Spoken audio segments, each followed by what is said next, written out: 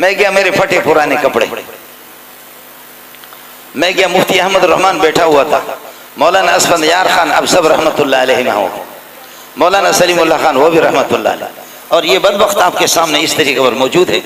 ये सारे चले गए, ये जमीन खा गई आसमान कैसे कैसे।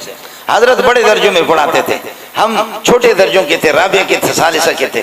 फरमाने लगे, उनका छोटा सा एक दफ्तर होता था, ये मोबाइल का नाम और निशान भी नहीं था, और ये PTCL खून होता था, उसके पास हजरत बैठा हुआ, दोनों मेहमान उधर बैठे हुए दफ्तर में। मैं चला गया, उस बिल्डिंग को भी गिरा दी, मौलाना उबैदुल्लाह को भी पता है, दूसरी बिल्डिंग उसकी जगह पर मदनी मंजिल बना दी। हाँ भाई, किस तरह आना हुआ, कैसे आ गए? मैंने कहा जी आप लोगों ने ऐलान लगाया कि हमें मौज़िन चाहिए, तो मैं मौज़िन आ गया हूँ, लेकिन आप आज मुझे अफसोस है कि रात को भी 3-4 जलसे नमटा करके, फिर ये कि जुम्मे को सुबह 7 बजे 8 बजे से लेकर 1 बजे तक जोर से असर तक पढ़ाता हूँ, रात को फिर जा करके 1-2 बजे तक मुताला भी करता हूँ। गला मेरा जवाब दे चुका है, लेकिन गला जब मेरा सही होता है तो फिर यह है कि मैं तबाही मचाता हूँ। जब गला मेरा सही होता तो तबाही मचाता हूँ। मैं जहाज में कुरान पढ़ रहा था, एक मोटा ताजा बलोच कॉलोनी का महकमे गैस का कोई अफसर था, वो मेरे करीब विंडो सीट पर वो बैठे हुए थे, मैं इस तरफ बैठा हुआ था, मुझे पता नहीं था, मलंग आदमी आप क्या तो चूंकि आगे ना corona corona corona corona corona, तो कोरोना है वो मास्क लगाते। हमारे मौलवी के पास मास्क नहीं है, बस अपनी इस पगड़ी को इस तरह कर दिया, मास्क, ये मास्क बन गया। अब समझे, हमारे यहाँ बलोचों में जो बेगैरत किस्म का जलील किस्म का जानवर होता था, लोगों की फसल में जाकर के फसल खाता था, तो उसके मुंह पे पट्टी बांधते थे, इसलिए मौलवी भी सारे के सारे पट्टी बांधते, दूसरे भी सारे पट्टी। ये कोरोना ने आकर के सबको वही नाफरमान और चोर जानवर की तरह बना दिया, सबके सब। नमाज में भी मौलवी भी कहते हैं अल्लाह का भला करिए, कि वो भी नमाज में 6-6 फुट के फासले पे रहो। मैंने कहा 6 फुट के फासले पर तुम बीवी के साथ सो जाओ, देखता हूँ कैसे सोते। 6 फुट के फासले पर तुम सो जाओ। और फिर बता दिया कि घरों के अंदर नमाज जुम्मा पढ़ो, मस्जिद के अंदर आपको क्या है, कोरोना आपको लगेगी, मस्जिद में आप जाएंगे कोरोना लगेगी। वाह वाह वाह, जिन पर ताउन और आफत और मुसीबतें आती थी, मेरा मोहम्मद कहता था मस्जिद की तरफ दौड़ो, बीमारियों को अल्लाह मस्जिद की बरकत से खत्म करेगा। लेकिन वो बेगैरत अंग्रेज वो हमें कहता कि मस्जिद में जमा नहीं होना। मेरे पास करीब सब्जी मंडी है, सब्जी मंडी में वहां तक जाने में ऐसे ऐसे चलते हैं, जमघटा गुत्तम गुत्ता है इस तरीके पर, वहां कोई कोरोना नहीं लगता, फौजियों को भी कोरोना नहीं लगता, पुलिस वालों को भी नहीं लगता, आर्मी वालों को भी कोरोना नहीं लगता। कोरोना ने आकर के ऐलान कर दिया कि 11 बजे से लेकर के 2 बजे तक खबरदार कर्फ्यू, कोरोना आएगा 11। ऐसा सियाड़ा, ऐसी बीमारी जो तमाम बीमारियों की दूल्हा है, दुल्हन है, इस किस्म की बीमारी।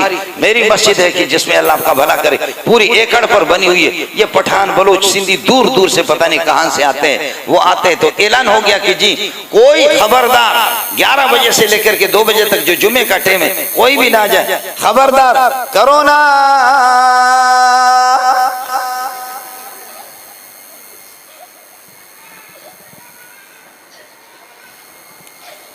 सारे सो गए, कोरोना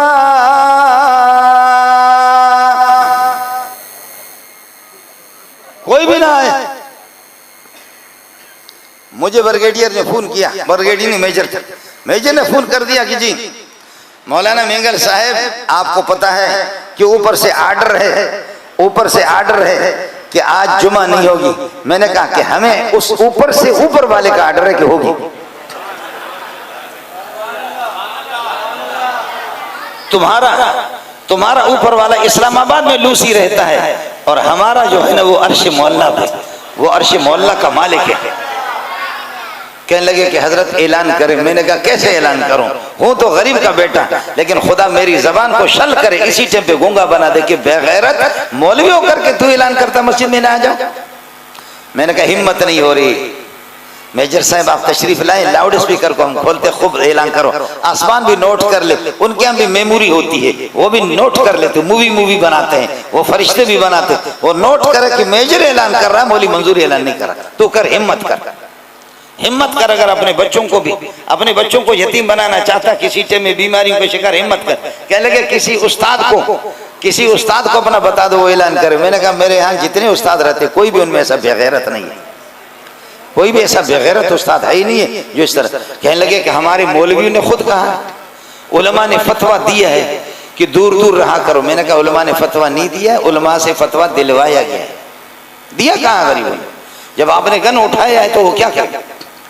तबलीग वाले भी सारे के सारे संग गए, मदारिस वाले, विफाक वाले, सब के सब, और घरों के अंदर 6-6 आदमी नमाज पढ़े। मैंने कहा मेजर साहब मेरे तो सिर्फ 10 बेटे, बेटियां अलग है।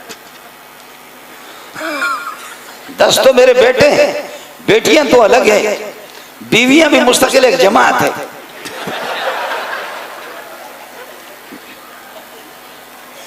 एक टेलीविजन वाला आ गया, कहते मिंगल साहब ये 3 बीवियों को आप किस तरह संभालते? मैंने कहा तुम मेरा साला हो,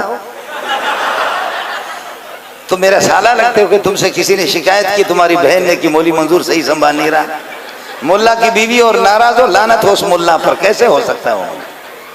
मुल्ला तो दूसरों की बीवियां उनके साथ बनवाता है, उनके ताल्लुकात। मुल्ला का अपना सिलसिला खराब नहीं होता।